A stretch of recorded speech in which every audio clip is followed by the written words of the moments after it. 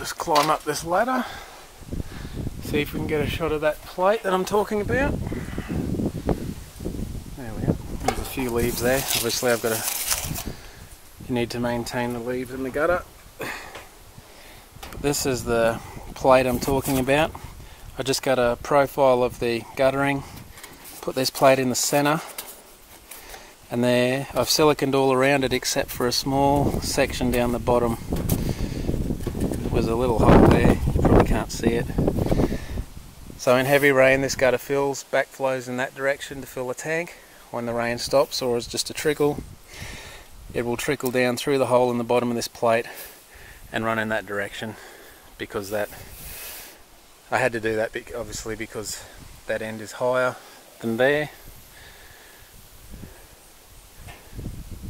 which I didn't pick up before in the string line, but that is working for now, so we'll see how that goes in the long term. Otherwise I'll have to do what I did on the front and put some droppers and drop the gutter on that end. But as I said, I can fill that tank from the other tank when the outlets are connected, once all the pumps and that are set up. So that's that tank section for now. I'm also gonna paint the PVC pipes so they last better in the UV. And these first flush diverters that I built, I'm just going to change them. Well, they're going to stay basically the same, but when that is full of water, these are very hard to undo because the downwards pressure of the water puts a lot of force on the cap and you can't unscrew it. I'm going to put a valve in the bottom of the cap so I can dump the water, then unscrew it and clean it out. The valve I'm going to put into the bottom of the caps, I'll just tap a thread in the bottom, into the bottom of the cap and seal that in there with silicone. And there I can open that, dump the water into a bucket, and that'll be for watering plants or the garden. And then I can unscrew this cap, clean it out, and screw it back up before the next rain event.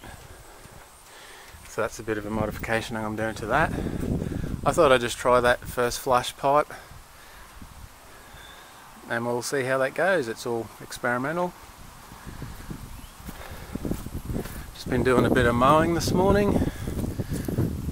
Got this mower. My old mower blew up the other week, so I haven't had a mower for a while. Got this one from my brother. He's been fixing mowers, getting old mowers and fixing them up, and I got that for $30, which was bargain price. It runs pretty well, and I've just been doing a bit of mowing this morning. Had a few changes with the charging station.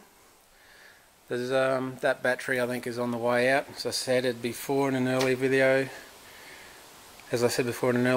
that was the backup battery for the aquaponics system back in town. It's around 6 years old. It's just basically a car battery, but a no maintenance one sealed battery. And yeah, it's having, once it hits around 11.9, it just sort of drops down to 10 volts, so it's on its way out. But we're only using it to charge, as I said, the cameras and laptop and phones, things like that. I've installed it into this box because when we had the storm, a few storms, rain has been blowing in sideways and it was wetting all this table. Eventually, once we have the deck built in this area, we'll have drop down, wind down screens on the end for weather protection. This section we're going to leave open, we're going to have screens on the end. We want to leave it open so we get the breeze blowing through for summer, otherwise it gets very hot here. And we want this as a breezeway, but we're going to have sort of drop down or wind down screens for weather protection in storms and things like that.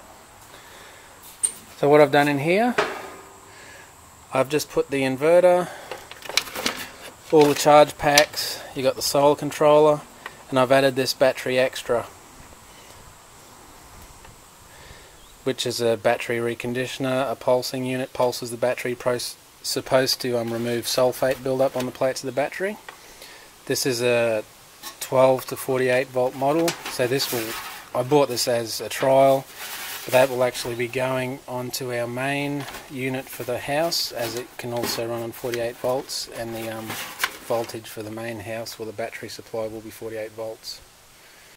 Now this is just a cheap temporary setup, just a basic charging station. I've got just basic car fuses protecting it, cheap inverter, but it's been doing the job. That's been working. I just give it a bit of weather protection. It's just that the battery down there is on the way out, but it is 6-year-old and basically a standard car battery. Okay, update on the containers. Well, look, we've got a shiny floor. I'll just open it up, we won't walk in there. So we've given it all the paint job, all the sealing, basically all done now. We've just done the floor a couple of days ago. It's done with the a paving concrete paint, and it is touch dry now.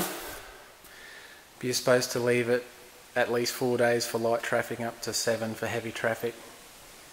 It's like a oil-based, petroleum-based paint made specially for concrete and pavers, and we're basically just going to leave the floor like that for now. It's like that in the bathroom. I'll just stretch around there without walking in. Yeah, and we'll see how that goes. It's come up fairly well. It's easy to paint. I just used the roller to roll that on. I trimmed around the sides with a brush, same as I did with the walls and ceiling. Still got the blue tape there. There's a few spots where where I've hit the wall, we'll have to fix up, but no, it's come up fairly nice. We may give that another coat on the floor with some clear coat, but we'll wait and see. But once that's done, the bedroom's basically right to move furniture in. So we can start putting furniture in there, and we can start using the containers to sleep in, though we won't have any power yet, and start fitting out the bathroom. I've ordered a shower unit, and hopefully that is here within the next week or so. I had trouble getting one. It's a full self-contained unit with a curved glass front. All the showers that I could find in town were all square units, but we wanted a corner unit with a curved front, and apparently they're hard to find, but we ended up finding one, but we just have to wait for it to get here. But it's an all-in-one unit, so I can basically, it comes flat packed. I put it together, have the plumbing run up through the floor, connect into it, and that's basically it. And I'll just mount that in the corner. Once we've got the shower in position, we'll then concentrate on the vanity. We wanted to get the shower in position to see how much room we've got for the vanity and toilet. So we're sort of working around the shower, depends what sort of dimensions and size we've got left. So that's an update for the containers. Well, those two anyway. Obviously we haven't been doing too much on the other two, so we're still living out of the van. These are both used for storage. Once I start getting stuff out of our storage containers, which are over the other side of the driveway for the bedroom, I can start moving stuff out of here. This is an aircraft hangar at the moment for all of my model planes, which is a bit of a hobby I'm into, but I haven't flown for at least 12 months since building. So there's a fair few aircraft there, which once we're established here in building, I plan to get back into it and fly them on the property, and no doubt I'll do a few videos on them, and you can watch that if you're interested or not. So yeah, this is the kitchen container. I had the dog up here the other night in the storm because all this area was wet. Her bed was wet. She's liking being back in her bed now, obviously, sound asleep.